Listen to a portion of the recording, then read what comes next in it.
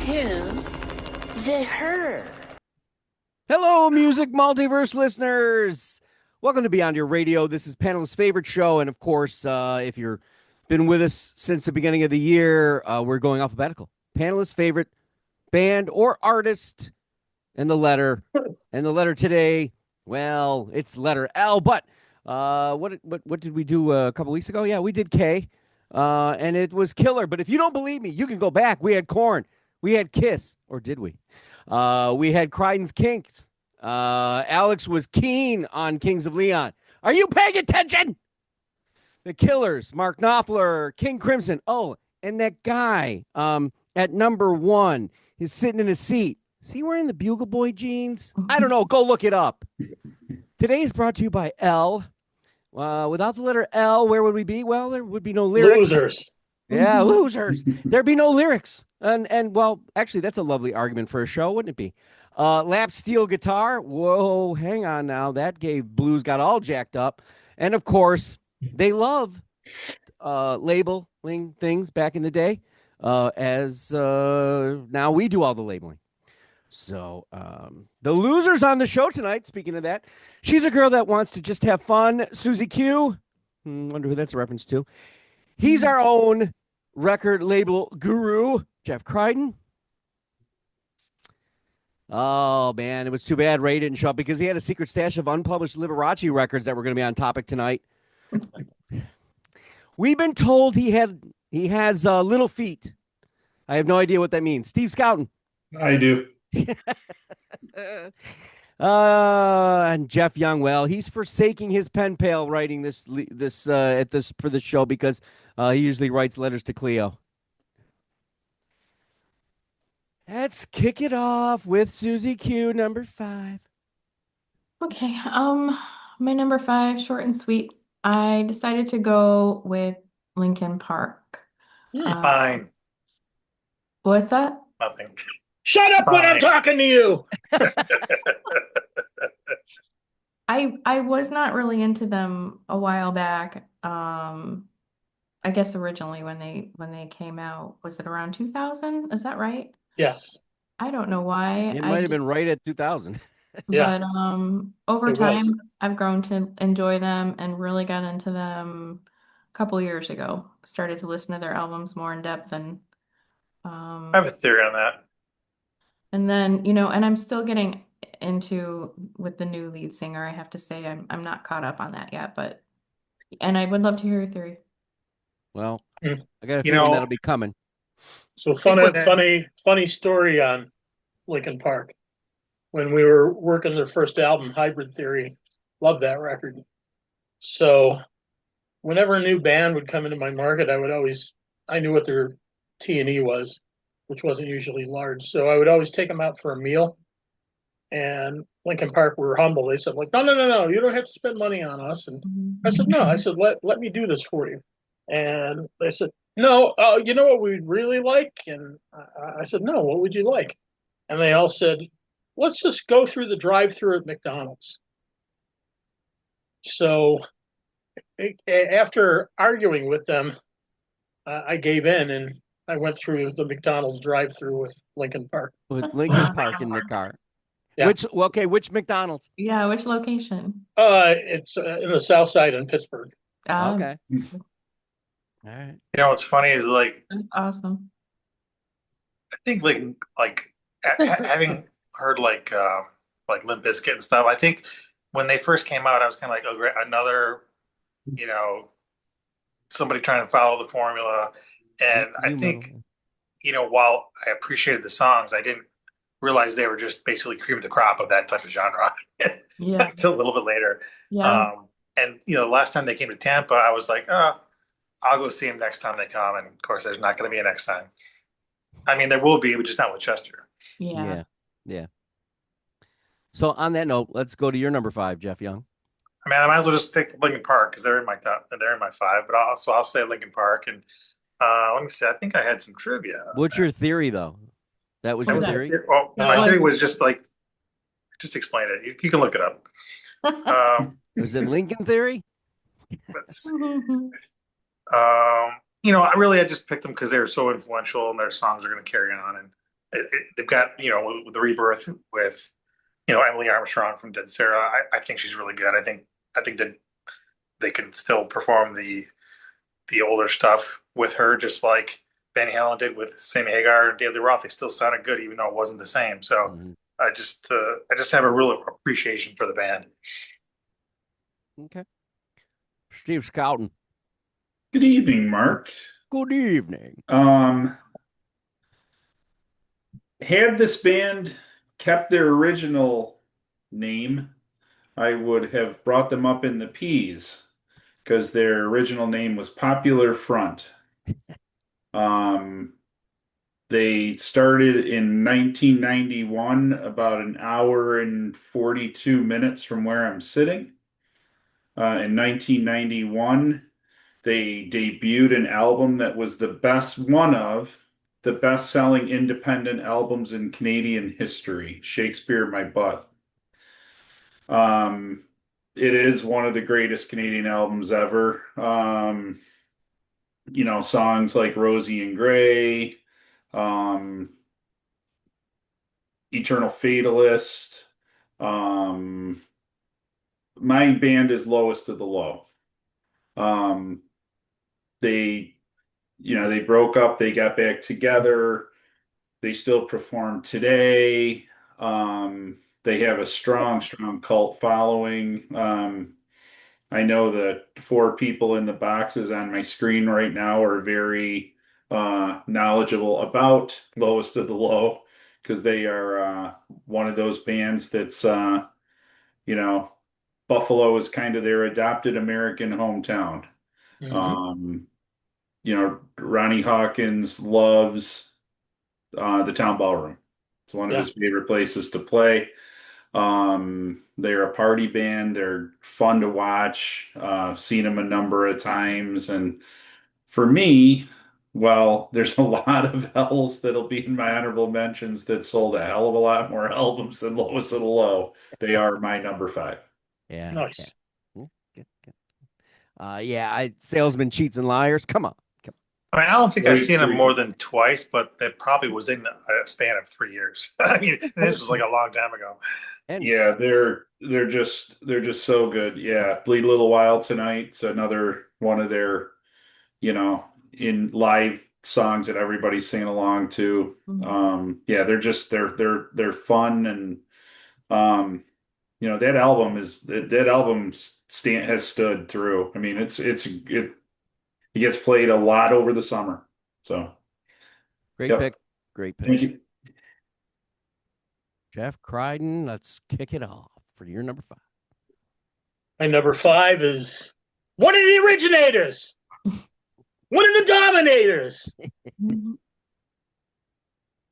one of the guys that calls himself the king of rock and roll. That's right. Mr. Tutti Frutti, Mr. Rip It Up, Mr. Good Golly Miss Molly himself, Mr. We're going to have a party tonight. Little Richard. Yeah. His number is a strong number 5. Nice. And to think if he would have stayed with rock and roll, I mean, God bless him. He found God. He went that way, came back to rock and roll, went back to God, went back to rock and roll. But man, when he came out, nobody was like him, Yeah. and he's my number 5. Pioneer. Absolutely. For sure. And hard to keep off a list, right? Yeah. For me. Yeah, for any of us, really. I mean, Lots of energy. Yeah. He was like the Gene Simmons of rock on TV, pop rock on TV. Yeah, when he came back and he became a TV star, he was like really over the top. Yeah. so over the years, I mean, I can talk about Little Richard and all kind. There are a ton of jazz musicians in the L's that that harken to me, maybe not right away, and back in the day. And I could talk about a certain band, but that is climbing that ladder very quickly. But there are going to be other people that will talk about this band, I'm sure. I had to stick true to where my music brings me, whether it brings me to creativity, or remembrances and stuff like that. But my number five is a very dark one, and maybe one of the darkest in my collection. Um, he was part of Screaming Trees.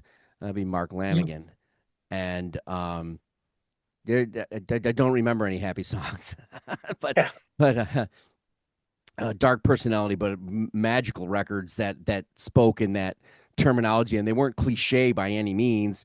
And every record was a deeper, darker thing, to some degree or difference.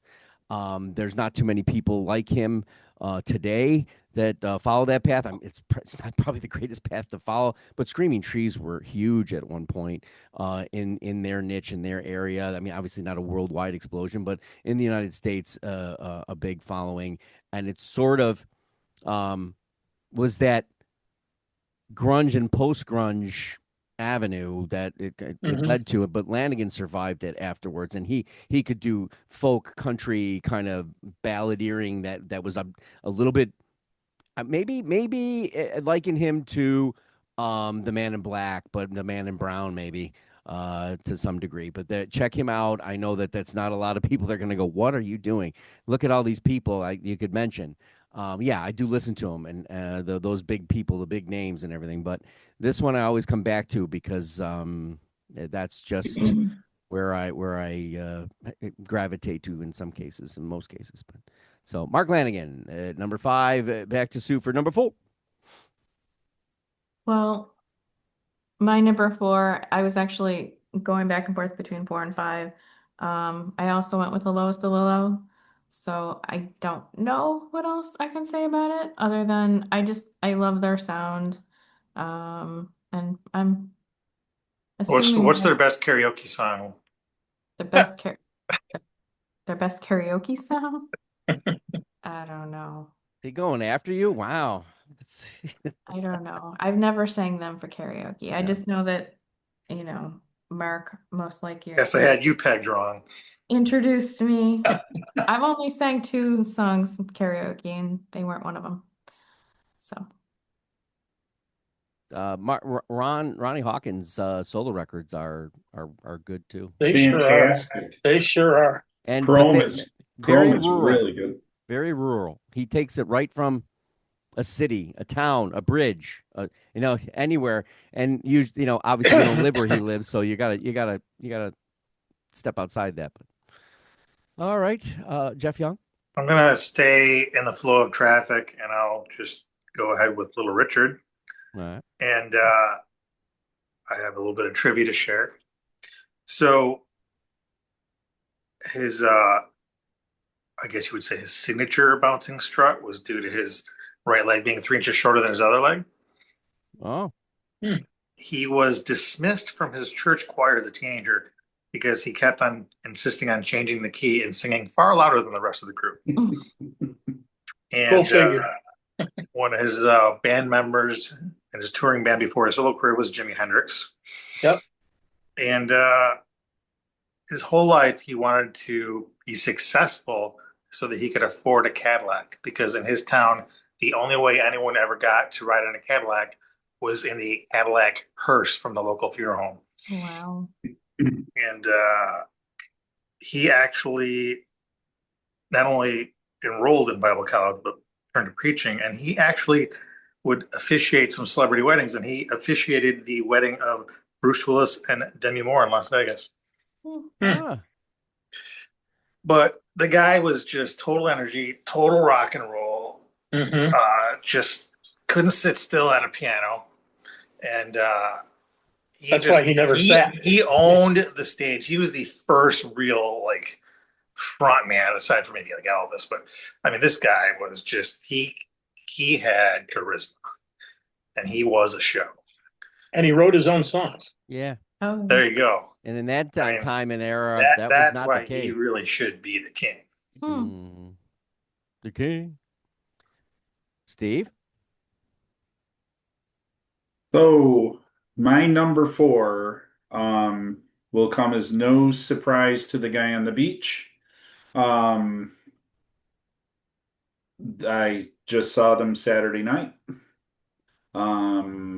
formed in 1969. Lowell George, Billy Payne, Roy Estrada, and Richie Hayward. Lowell George coming from Frank Zappa's Mothers of Invention. Um, they are a country blues rock band like very few. They continue to play. Folks, if you want to watch the Rock and Roll Hall of Fame episode we just had, you could hear my diatribe about the fact that they're not in the Rock and Roll Hall of Fame, but I'll save that for another day. Or I actually saved it for Monday and you can go watch it. Dixie Chicken, their signature song. Their second album was Sailing Shoes, and I'll go back to an artist that Mark brought up in the Jays, Sass Jordan, who does a fantastic version of Sailing Shoes. They also, where I got into Little Feat, was Waiting for Columbus, which is arguably one of the best live albums. There is. I put it up against any live album that there is. It's absolutely fantastic. They broke up in 79. They got back together in 87 after Lowell George's passing, got back together with the surviving members in 87. They've added and subtracted a lot over the years. Sean Murphy sang lead for a while. Scott Sherrod is with them now. They're touring for the very last time. Be interesting to see how long it goes because they're all musicians. They don't want to stop. And they have Freddie Tackett, Billy Payne is still with them, and Kenny Gradney and Sam Clayton. And Kenny Gradney and Sam Clayton. And Sam Clayton's sister Mary was the voice of the woman in the song Gimme Shelter by the Stones. Yeah. That's his sister. There's my little trivia for tonight. But again, if you want to hear a lot about Little Feat is my Jason Isbell, I guess, of the last couple of weeks, because typically I talk about him a lot on these shows, and I've gone on a little bit of a Little Feat run lately, but they are my strong number 4. So are you saying you just saw Little Feat? There you go. I just saw them Saturday night. Yep. Where were they? They were at the Parrington Amphitheater outside on the east side of Rochester. Oh, nice. I've probably seen Little Feat, 14, 15 times over the years. So, yeah. They were the band that has been climbing and climbing and climbing in the. They should be in the Hall of Fame. It's a crime. Their influence on bands like the Eagles, Dave Mann, tons. Again, they're extremely influential, and their band members have played on a bunch of different things as session musicians they're phenomenal, and it's criminal that they're not in the Rock and Roll Hall of Fame. And I encourage anybody watching, if you're not a fan, listen in if you like that fusion of blues, jazz, the New Orleans feel from a bunch of guys, from all over. They're just wonderful. And if you're not a fan, why aren't you? Yeah, right. This is a true, like, if you're a Grateful Dead fan, there's no choice for you but to love this band too, because it falls in that wheelhouse of jam rock, right? And anything under the sun goes, because what album was I listening to? Trying to find it now. I don't know if it was Time Loves a Hero. But I felt like it was Chicago. I mean, they had horns. Really? They had all kinds of things in there. Right. See, during their hiatus, Billy Payne toured with Bob Seger and the Silver Bullet. Right. Yeah, I'm trying to think what I was listening to, but I didn't know about the live record, so I'm going to do that one because it's phenomenal. Yeah, Waiting for Columbus is what that's what was the hook in my. I was like a trout in the water, and that was the hook in my mouth. Yeah, Sam's Place. Clayton is doing most of the vocal, right? I'm pretty sure he did all the vocal. Okay, that's a little bit different, maybe on the side. It's not that they did that as a favor to Sam. That's not a really great. No, but it's they've done there's just really they go from this spectrum to that spectrum but it's still cohesive. It's not like wow, Oh, all of a yeah. sudden you're honky tonk. No, wait, no. It's And No, no. it was quite a nice period of time when Sean Murphy was the lead too. It just made it a little different with a female lead, but it was just as good. And she powerful voice with her too. And yeah, they And she really replaced Craig Fuller, right? correct. Yeah. maybe it was Let It Roll. And Craig Fuller was from Little River Band, so No, or what was it? Pure Prairie Pure League. Prairie League. I knew it was one of the two. Pure Prairie League. Cool. That might get talked about maybe later. Who knows? Yeah, correct. Jeff Crichton. Okay. I'm not talking about Little Feat yet. But my number 4 band is a band that should be in the Hall of Fame as well. And I had the pleasure and honor and joy of working with these guys from the very first EP that came out, I think in '83 or '4. It was called A Time to Dance. And they followed that up by The Light of the Moon. And each album got better and better and better and better. And consistently, they've been a great band for 50 years. The first time that they, I saw them, many times prior to them coming here to Buffalo, and the first time they played here, they were insistent on going to the. We want to go to the original place of the Anchor Bar, or the wing place. So I took them to the Anchor Bar, and we're sitting there. They wanted to get the hottest wings possible, so they ordered 50 suicidal wings, munched them down in no time. Looked at me and they said, "You guys pumped hot?" But you don't, because you didn't actually do anything. And so every time they came here, they had to have suicidal hot wings from the Anchor Bar. And I'm talking about the great Los Lobos, another band that should be in the Rock and Roll Hall of Fame. Great pick. Wow. Yeah. Thank you. Great. One of the greatest garage bands of all time. Great live band.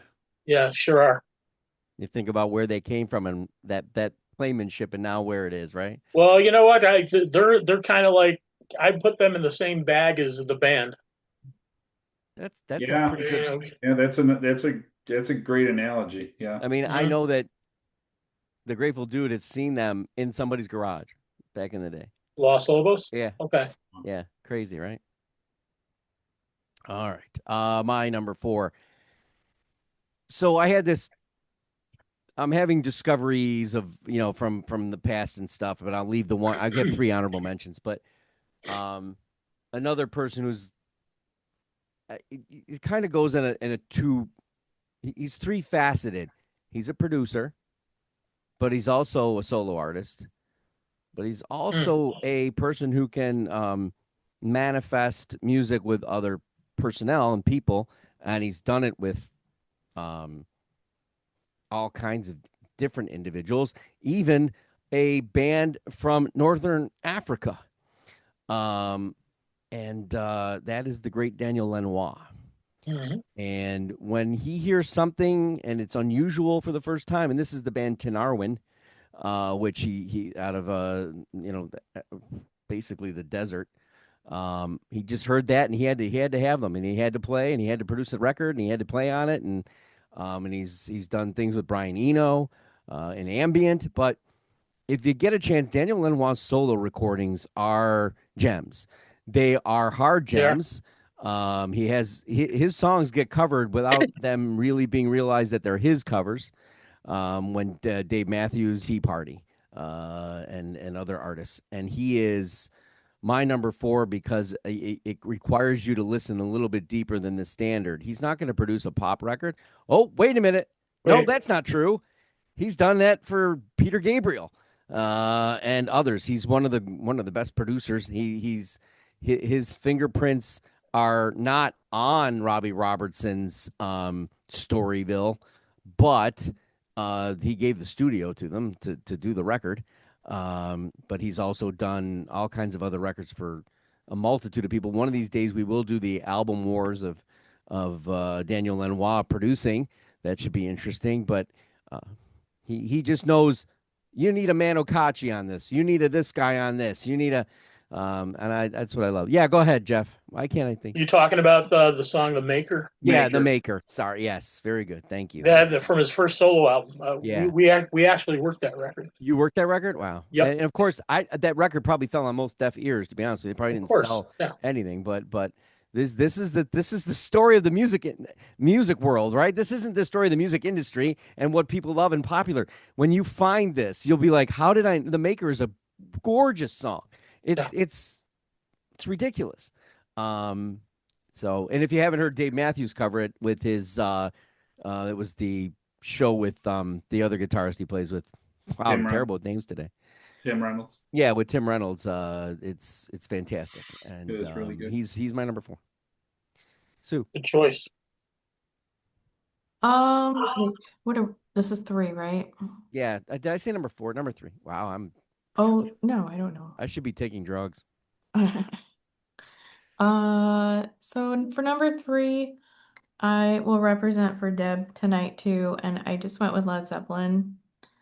Sorry, I'm hearing I noise heard it. in the Go ahead. background. But anyway, I'm probably not the best to speak on them because let's see, they first came out in 1968, I think.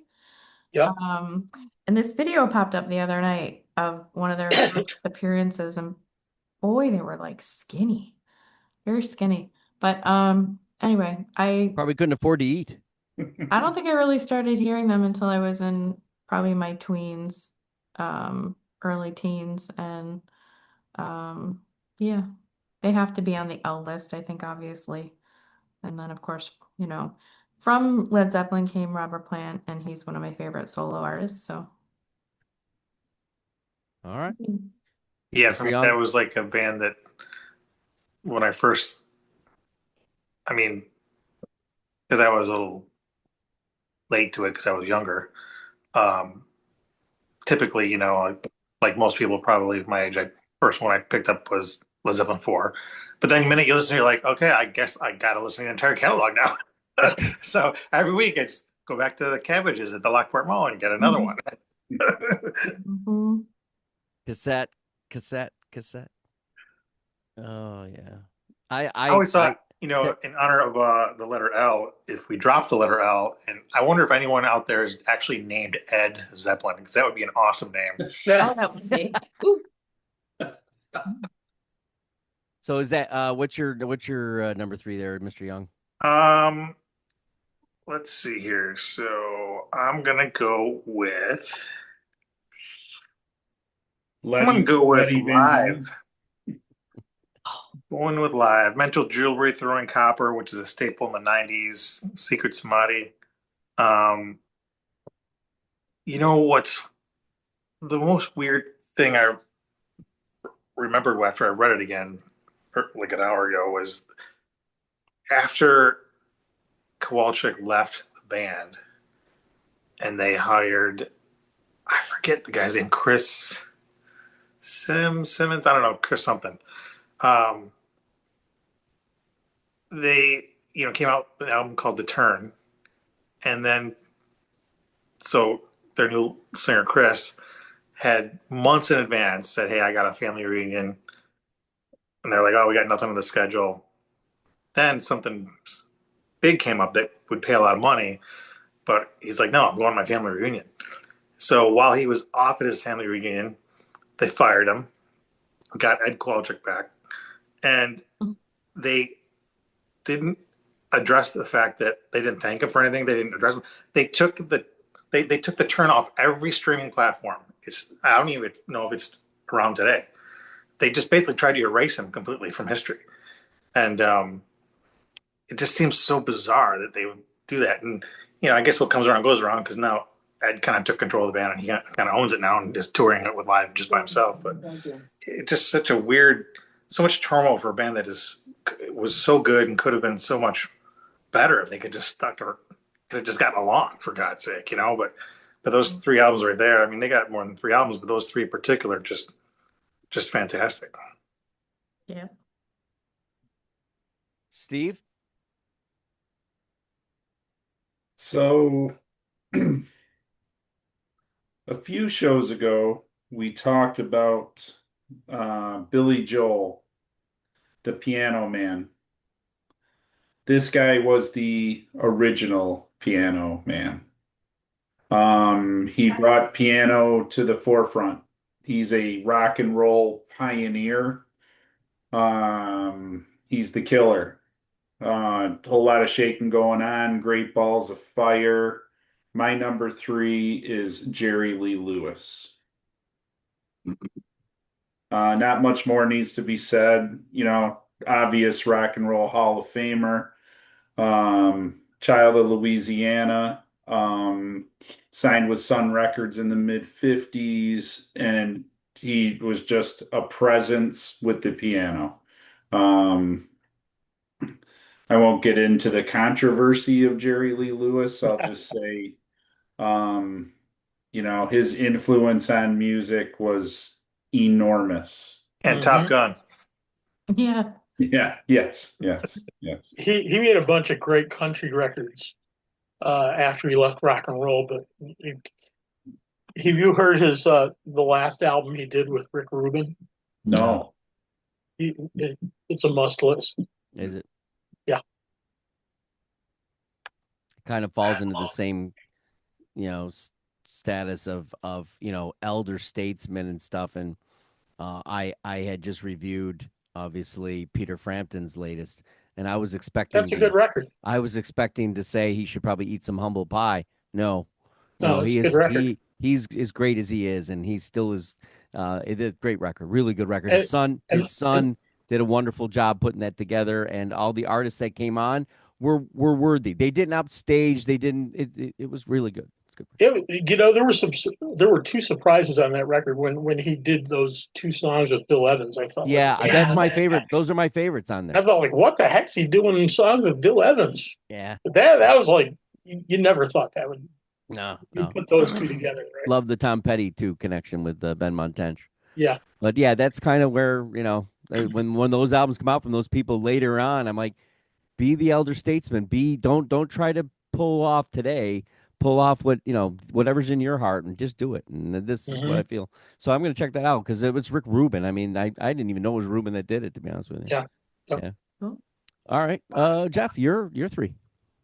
My number three's been talked about already by Steve. But the first time that I experienced Little Feat was in the mid '70s at the Century Theater, and I was a fan. The first album I bought was Sailing Shoes by them, and then I went forward. Then I went back to get the very first album that came out a couple weeks ago in a deluxe edition. But back in '77, they were playing at Shays for Time Loves a Hero. That was a memorable day at Record Theater because we had I went and saw the Kinks at Klein Hands, came back and did inventory from midnight till 6 in the morning. A bunch of us went for breakfast afterwards, then came back to work, and then Little Feat did a walkthrough in the store buying some cassettes or 8-tracks, something like that, and went to see them that night. It was the Time Loves a Hero tour, so that was the last tour with Little George. And then fast forward in '87 when I was working for the label and they were playing in Shays, and I got to introduce them from the stage at Shays. And then during the Let It Roll album, I had promotional bowling shirts made up for radio people and had fun with that, and got to be friendly with the guys. But they've continuously have made really, really good albums. I concur with Steve about Waiting for Columbus. Maybe for me the best live album ever. And why aren't they in the Hall of Fame? I'm sorry I couldn't be on that show the other night. They had a lot to say. This was one of them. My number three. What's your favorite color, baby? Living Color. The minute Vivid came out and I heard that guy's guitar, it was hooked. Vernon Reid is just something else. Saw him last year. Still great. Yeah. And Rolling Stone, the 100 greatest metal albums of all time. KEXP, top album of the last 50 years from 72 to 2022. Loudwire, the 80s, hard rock metal album of the 80s. Loudwire, the 50 metal albums, hard rock albums ranked in the top 100. LA Weekly, favorite metal album from that guy. I just the accolades are ridiculous. And you know, you kind of think of this band. It was their debut. Technically, they had an EP. They had an EP, but it was like released after or whatever. But Mick Jagger's on the record. Mm-hmm. How does Mick Jagger get on somebody's debut? Because somebody went, "You want to hear this?" And he went, "Yeah, I want to be on this." I don't think they went out calling to Mick Jagger. I don't know. Just it's a fabulous record. And back in those days, you know, it didn't fit. It didn't fit the normal norm of what was happening. And it was a real fresh breath, breath of fresh air. Wow, terrible today. Obviously, Memories Can't Wait is a Talking Heads cover. I'm not a huge Talking Heads fan, but I like that. Touring right now with the Psychedelic Furs. Yeah, yeah, and all the records they didn't stay with that kind of style. The Stained is a metal record that's heavier than all hell, and Vernon Reed's solo records are great too, and they make a social statement just like the band does, and and Corey Glover still he can sing like there's no tomorrow, and sometimes he can oversing if he wants, which hey, I guess if you can, you can. But that's my number 3. I play the hell out of that album and other albums from them just over time. And the live at CBGB's, that's a pretty good live record, but it's CBGB's. I don't know how it's not the greatest sound when you try to record in there. So 2. Number 2. So my number 2, I'm following Jeff. I also picked live. Mental Jewelry. I think when that came out, it was such a cool sound, and the way he just delivered the lyrics, it's almost like a flavor, like it just hits differently when you hear it. And I don't want to say they got better from there because honestly, I think that was a really clever album, but they opened up their sound, I guess, to a wider audience. And I was trying to think, Mark, and Jeff, I think Jeff, you were there too. I can't remember. Was it the Icon where we saw them, like up close? Correct. Well, Oh, okay. first time we saw them was not the Icon. Yeah, but I First mean, time we saw them was at UB. right. Second time was the Icon. Yeah. Jeff and I saw them at the Armory, Armory up. and then I you saw and him I at saw Niagara on the University. beach. Yeah. Yeah, but yeah, I've always loved them. So, and I don't have a karaoke song for them either, Jeff. I do. Well, yeah, Yeah. you were always singing. But that was cool though. That was probably the closest I've ever been to well, they eventually became a bigger band. Correct. Yeah, they were not known when we got them at UB. It was very loud. Well, not even UB, but Icon. Oh, the Icon. Yeah. Well, maybe I'll be talking about that. I wonder. Mhm. All right, let's go to Steve Scouten. I thought I was next. Jeff. Oh yeah, sorry. Yeah, Jeff Young. That's okay. I don't want to steal this one from Steve, but I guess it's my turn. So Let's see if you do. I'm going to go with Lady Gaga. Oh. You won't. She's Is she an L? She's a mogul. Music, acting, modeling, philanthropy. Anyway, everyone knows who Lady Gaga is, so I'll just give you a little bit of trivia just for the sake of doing this. Probably people know this, but her name came from a mistyped text. Well, it was voice to text error. Somebody referred to her as Lady Gaga because of the kind of named after the Queen song, Radio Gaga. And anyway, that she kind of liked it and stuck with it. But she actually, her first record role was actually in The Sopranos. And then while she was at NYU, which she had wound up dropping out of for music, someone actually created a Facebook group called Stefani Germanata, which is her name, will never be famous. And she is a natural brunette, but she dyed her hair platinum blonde early in her career because people kept confusing her with Amy Winehouse. Mm-hmm. But anyway, she just has a wide variety of abilities to sing, whether it's crazy pop or just the national anthem. She's fantastic and really good piano player and just a great vocalist. Entertainer too. Yeah. Maybe the Whitney Houston of this generation. Just throwing that out there. See what happens. Yeah. Maybe more like the Madonna. Maybe. But although Madonna's voice is modulated and changed and fixated. Well, Lady Gaga has a better voice. Yeah. But that's why I went to Whitney, because that she can, I mean, Madonna was great in Evita. Yeah. Now, Steve, you let your guard down. Do your Lady Gaga impression. So much like Jeff, I'm gonna go with nope, I'm not. It's ironic that tonight is the first night of the NBA Finals, because there's a basketball reference here a little bit. And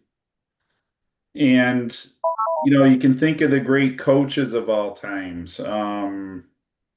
Red Auerbach, Pat Riley, Phil Jackson, Gene Hackman and Hoosiers.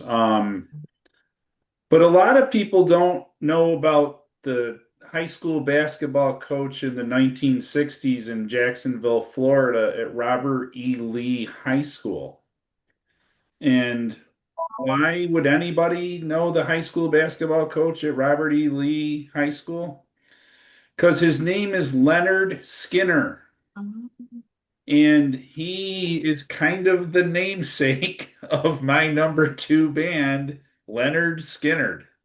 Well, I would contend that they, along with the Allman Brothers, created the Southern rock sound of the 70s. They, influential band of the 70s into the 80s, and whatever carnation you want to call today's Lynyrd Skynyrd. But you had Ronnie Van Zant, Gary Rossington, Alan Collins. The songs are iconic: Freebird, Sweet Home Alabama, That Smell, which was all about their plane crash in 1977 in Mississippi, where Ronnie Van Zant passed. Then Johnny Van Zant joined the band 10 years later in 1987. They're an iconic band in rock history. A favorite of mine. I had the good fortune of seeing them a few times over the years. There's another person that I was thinking about putting here, but I'm going to leave that person to Jeff Crichton because I know who that is. But my number 2 is Leonard Skinner. Just did an Unknown Sunday on Brother Kane. That guitarist, he's now in that band and basically signed a contract and has been with them since Brother Kane stopped. So nice. Where am I? Oh yeah, Jeff Crichton. You all right there? You can hear everything's good. Yeah, I'm good. Because it sounds like you're on dial-up. If I get kicked off again, then I'm going to the phone. So happens every time with the Zoom. So my number two is he was the leader of the band. He got the ball rolling in 1962, or before that, the late 50s. Johnny and the Moondogs, Johnny and the Silver Beatles, he wrote songs with Paul, who, by the way, put out a pretty incredible record last week. And when Lennon went to the rest of the guys at the end of September after they recorded Abbey Road and said, "I want a divorce," and that was the end of that. But John went on to his first album, Plastic Ono Band, was stripped down brilliance. Then he followed that up with a really introspective record like Imagine. Moved to New York, made an awful album, sometimes in New York City. Came back and did an okay record with Mind Games. Then during the Lost Weekend, he put out two brilliant records, Walls and Bridges and Rock and Roll. And then he decided, I'm done. I'm going to go raise my newborn baby. And then he went in the studio 5 years later. He and Yoko did Double Fantasy, which was a great pop record. Both of their songs were really good on that. And when they were doing right away, they were in the studio doing Milk and Honey, and then he got unfortunately gunned down. So just to think of the other music that Lennon would have made from 1981 forward, or even in those 5 years when he wasn't recording anything and left demos for the other three to record extra songs for the anthology series. I miss what he could have given. And so he probably would have been part of We Are the World. Who knows? But he might have done We Are the World before We Are the World. Yeah, true. So my number 2 is John Lennon. It's interesting to watch Paul and think of what could have been.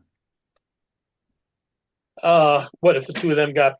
Yeah, if they were like whatever would have happened. It's interesting to watch Paul put out albums at 83 years old that are as good as the one he just did. And for me, McCartney's output in the 21st century is more interesting and better than anything he did in the 80s. I'd buy that, yeah. And maybe even better than some of the Wings records. Yeah. In the 70s. Yeah. This new record's outstanding. And the one before it was real good too. Did you see him perform on Saturday Night Live? Because he did the first song he did was from the new album, and I was like, ooh, what? This doesn't sound good at all. And I was like, okay, but then he did Wings, for the rest of the set. So I was hoping that his vocal just didn't seem like it could. It was they're the vocals of a guy that's going to be 84 in a couple weeks. Yeah, but normally he plays it to the, because he was doing the Wing songs, they sounded fine. I mean, he was and they were different, but he was still laying it down. There were a couple of times where wow. But maybe it's just not that particular single, whatever it was, didn't catch for me. My number 2 is Easy's Led Zeppelin. Yeah, number 4 was the first one I heard. Obviously, I think that's somehow a fortunate and unfortunate thing, depending on how you might look at things, because is that the heaviest record? Maybe. But it's certainly catchy as all hell and got everything on all cylinders. But then you go back and that's the gateway drug to the rest of the medicine cabinet. Yeah, that's a fine statement. And there's no band that has that kind of pull on listening habits. You go to it, and you even sometimes I'll go to Encomium, which are the Led Zeppelin tribute songs that are done by grunge artists and stuff. And they could probably do a huge box set of everybody covering Led Zeppelin and doing different. They could go on forever. So yeah, they're an easy. Should they be number 1, or Lennon number 1 and all that? I mean, maybe. But my number 1 was obviously painfully obvious to the two people on the panel. Back to Sue for number 1. My number 1. So this person formed her first band in 1978 called Blue Angel, which was a failure and they broke up. Um, she continued to sing in New York City and was discovered and wound up putting out She's So Unusual in 1983. I believe she was the first female artist to have 4 top 5 singles from that debut album. Um, I Think You Love Her Voice or You Don't Love Her Voice, Cyndi Lauper.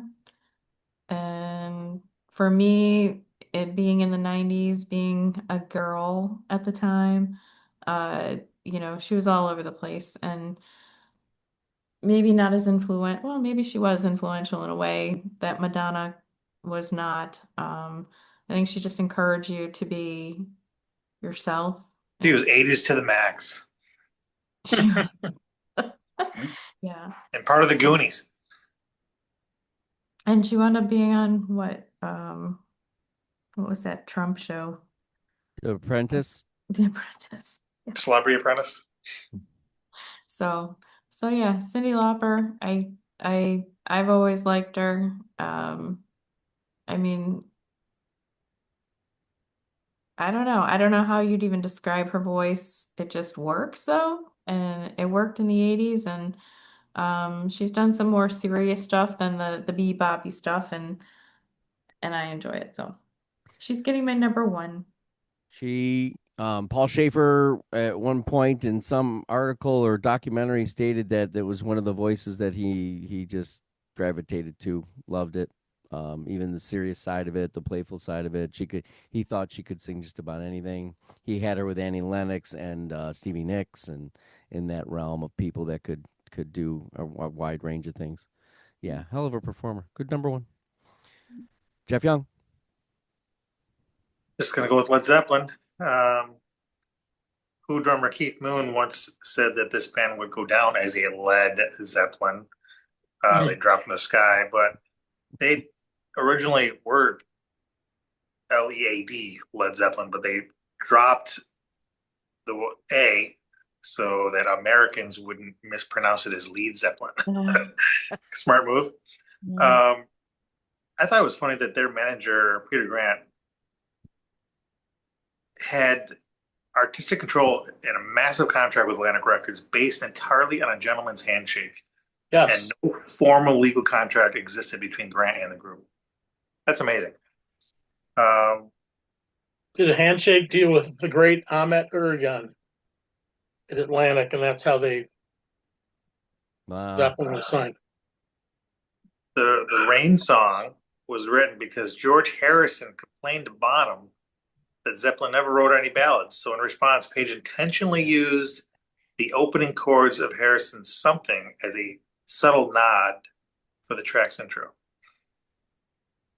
And Jimmy Page hated the track Living Loving Maid so much that the band never performed it live in concert.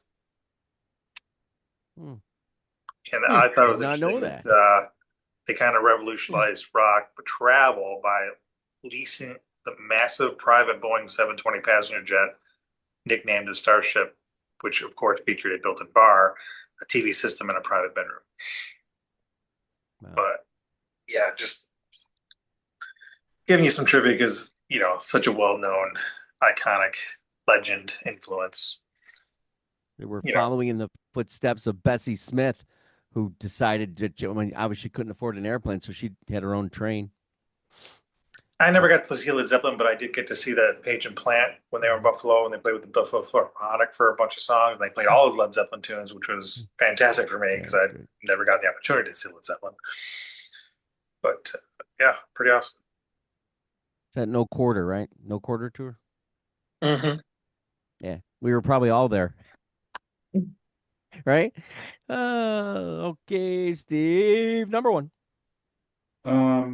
Well, I couldn't do it for Lady Gaga. I will do it with Led Zeppelin. I'm with Jeff. And as a kid of the 80s, you couldn't go anywhere without hearing them. But what I won't be long, but what I will say is that as much as the Black Dogs and the Stairway and the rock and roll were what you heard all the time, the thing that did it for me with Led Zeppelin was the songs you didn't often hear. It was Traveling Riverside Blues. It was Hey Hey What Can I Do? It was Boogie with Stu. It was Down by the Seaside. It was, you know, all those things that when you went deeper into their albums, like Four Sticks, Celebration Day, those kind of songs were the things I'm like, holy crap, what these guys were doing at that point and how it stands the test of time and how, they're as influential today as they were, what, 60 years ago? Yeah, It's 50, 60 years almost, ago. almost, yeah. It's Yeah. crazy. And yeah, and Plant's still going. Um John Paul Jones is still going. It's easy number one for me, Led Zeppelin. So Jeff Crichton? Well, I gotta say that when the original Yardbirds broke up and Jimmy Page decided to form a new band, and he was going to call them the New Yardbirds, and that's when Keith Moon came in and said, "If you go by that name, it's gonna explode like a Led Zeppelin." So that's the name of the band. So that's the key. That's the real Keith Moon story. Nice. But I remember seeing them either just before or right at the time that the second album came out. They played at Klein Hands. I went with my older brother, and they blew me away. And from that time on, I got to see them two other times. They didn't tour very much. They didn't play here very much in town. But man, were they special. And, from Page's production and his playing, uh, it, Bonham, if you want to hear a clinic in rock and roll drumming on Physical Graffiti in My Time of Dying is just maybe my favorite rock song by a drummer ever. And Plant, you know, Plant made the Zeppelin soar, and JPJ was the glue. And when they stopped in 1980, how do you replace Bonham back then? They were smart to end it when they did, but man, they were great. Mhm. I think even like I want to say even like 20 years later, they were offered like $1 billion to tour the world. Did how was Klein Hands? And Plant said he would not do a Blankly tour because he didn't think his voice would hold up. Right. They were Klein Hands was doing a lot of rock shows back then. Yeah. That was one of the earliest shows I ever went to, as a young lad. Mhm. So, Jeff, you might be coughing because of all the substances I've taken over the years that are because of Led Zeppelin music. Residual. no, it's that pesky pollen in the air. Oh yeah, it's horrible. It's been a bad. That's what I bad- say sometimes too. All that salt blowing off the water from behind you. Very good.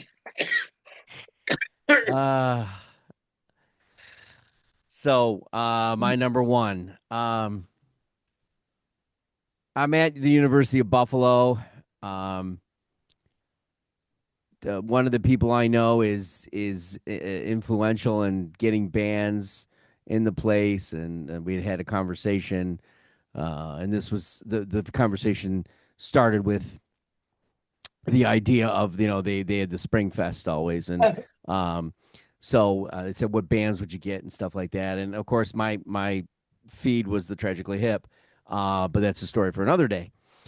This particular time, we were also talking about. I said, there's this band out of York, Pennsylvania, that has this really great album called Mental Jewelry.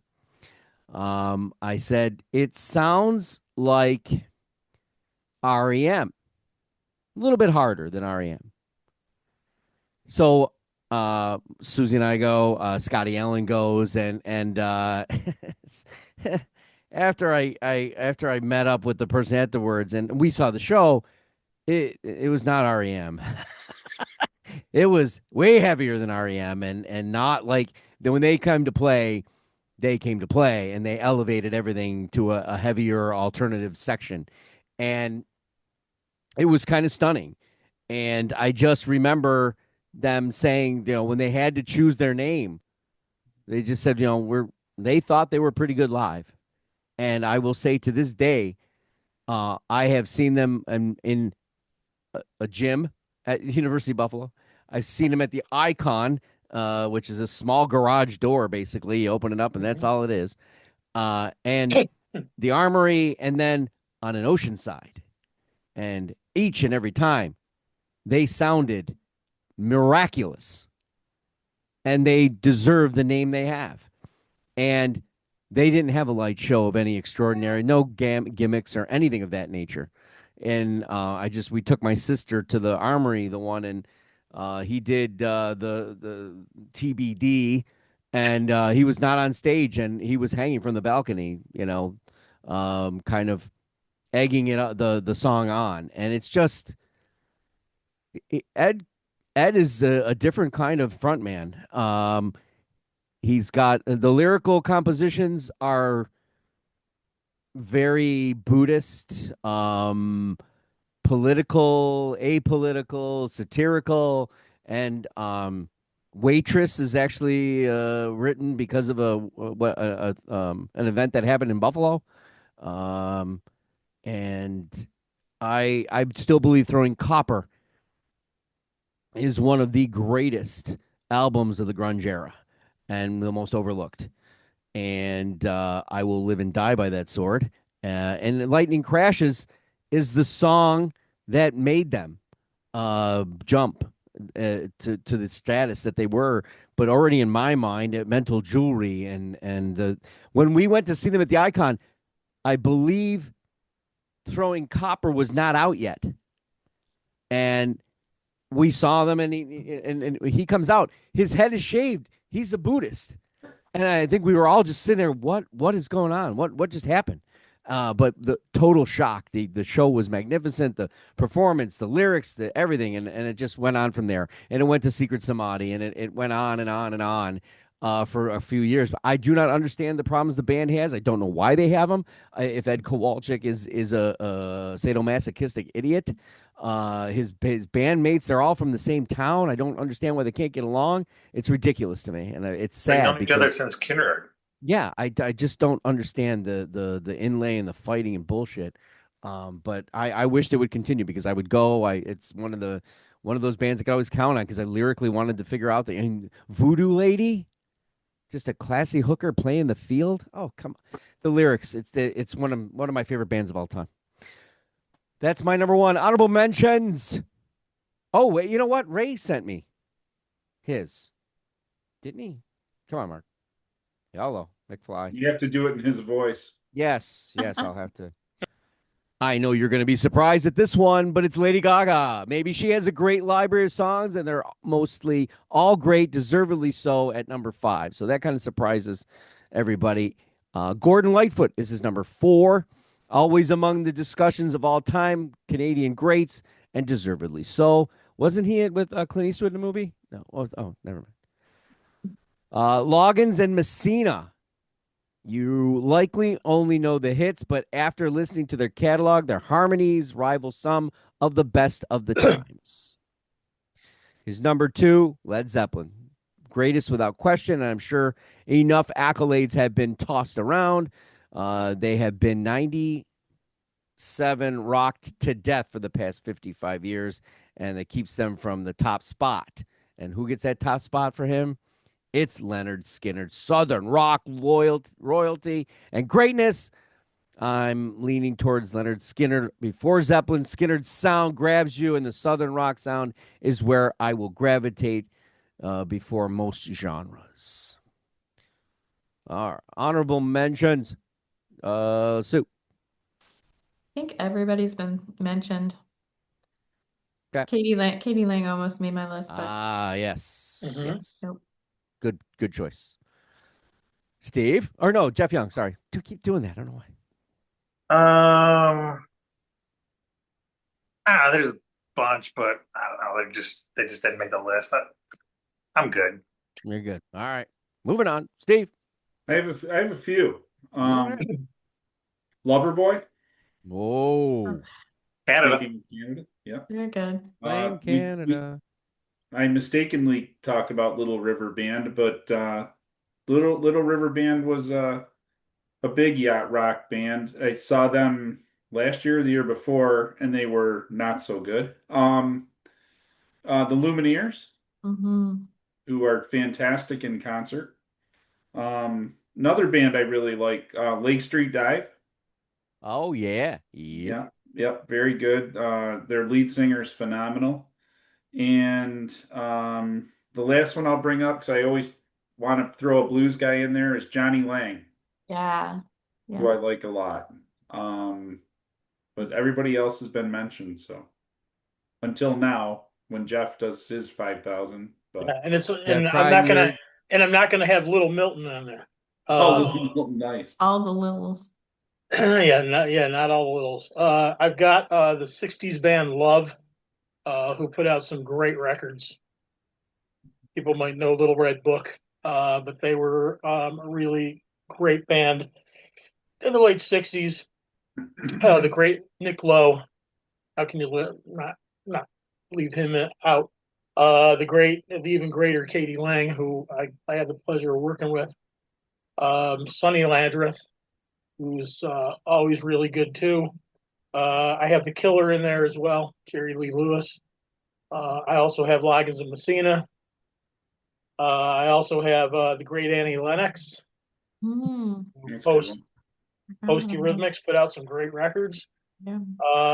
The always great Nils Lofgren from the E Street Band the last 40 years.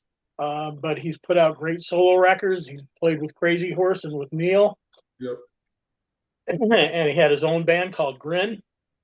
The great '80s band who actually put out 2 albums in the last 4 years, the Long Riders, who's really good. If you like the Buffalo Springfield, the Byrds, and that whole era genre, you should go listen to the Long Riders. Riders with Ryders. The Always Cool Lyle Lovett. And of course, you can't leave out the Love and Spoonful. Right. Because they believe in magic. Right. There you go. I love it. Ever cool? I don't know. I always thought he was. Why I love it? I always thought he was Beaker from Muppets. And I we actually saw him. He opened for Sting. And I left out Lynyrd Skynyrd just because. Just because. I'm going to give a shout out to my brother-in-law, who is a huge fan and has pushed me into this particular blues guitarist, rock guitarist, who actually, I'm pretty sure, he has a higher accolade because this particular individual said his name when they asked him, how does it feel to be the greatest guitarist of all time? And he says, I don't know, go ask Alvin Lee. So that would be. He'd be a good one too, Alvin Lee. Yeah. He's from Nottingham, England. You know, all those guitar greats are Nottinghamers. Okay, so my two obscures. Alvin Lee in 10 years after, Jeff? Yeah. So I'll start off with the easiest one. The blues jazz guitarist who has this signature sound. He's slowly becoming the guy over time and very quickly, and that's Julian Lage. Just a fantastic guitar player. He's done records with all kinds of people and in the industry, and he's gaining more and more and more as he goes forward. If you do not know who he is and you're in the jazz realm, that would stun me. But he does have a bluesy tint to what he does. Kurt Rosenwinkel kind of thing. The list is endless of the people he's worked with, and some of them crossing a little bit of genres here and there, whether it's against piano or whether it's against another guitar or blue or just bass. A magician, really, and different, not the same. So that's the hard part of jazz, right? And then I've done an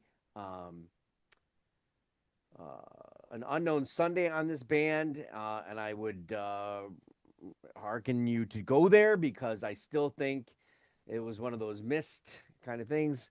The band is called Little Hurricane. They're from San Diego, California. Blues, rock, lo-fi, Americana. A really good duo. We got a drummer and a female drummer, and as a matter of fact, I just went on a streak. I will tell you right now, this particular start off record, which was called Home Wrecker, and you can see I got it used, so it's got the sticker all attached to it. This shouldn't have been sold. Home Wrecker. There is a lick in here. All right. That is all tragically hip.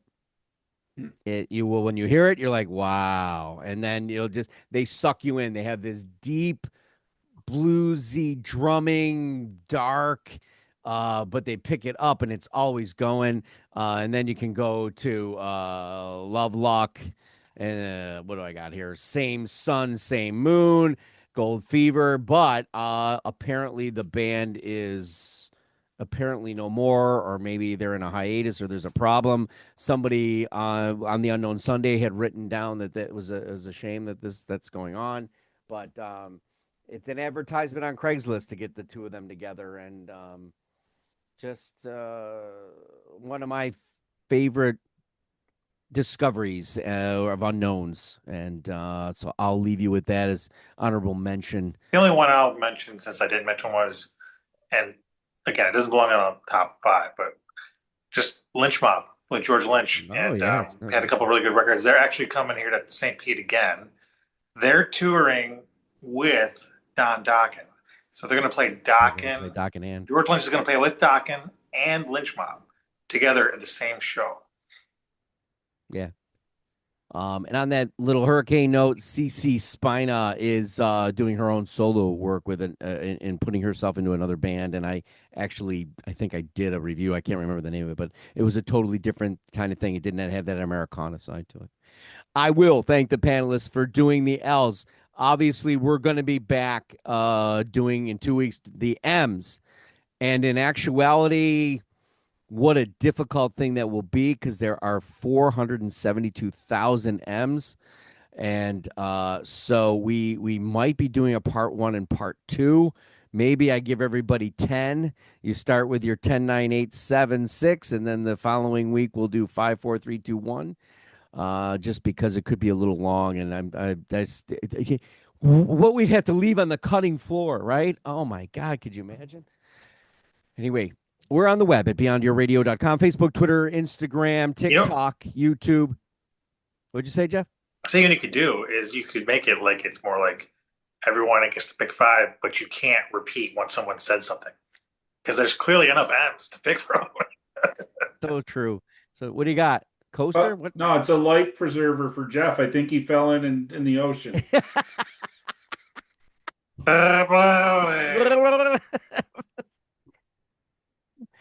So we got articles, videos, podcasts coming soon. It's all about albums, bands, artists, anything we can get our hands on. Go Beyond Your Radio with us, a real music appreciation channel. As always, thanks for watching and happy listening.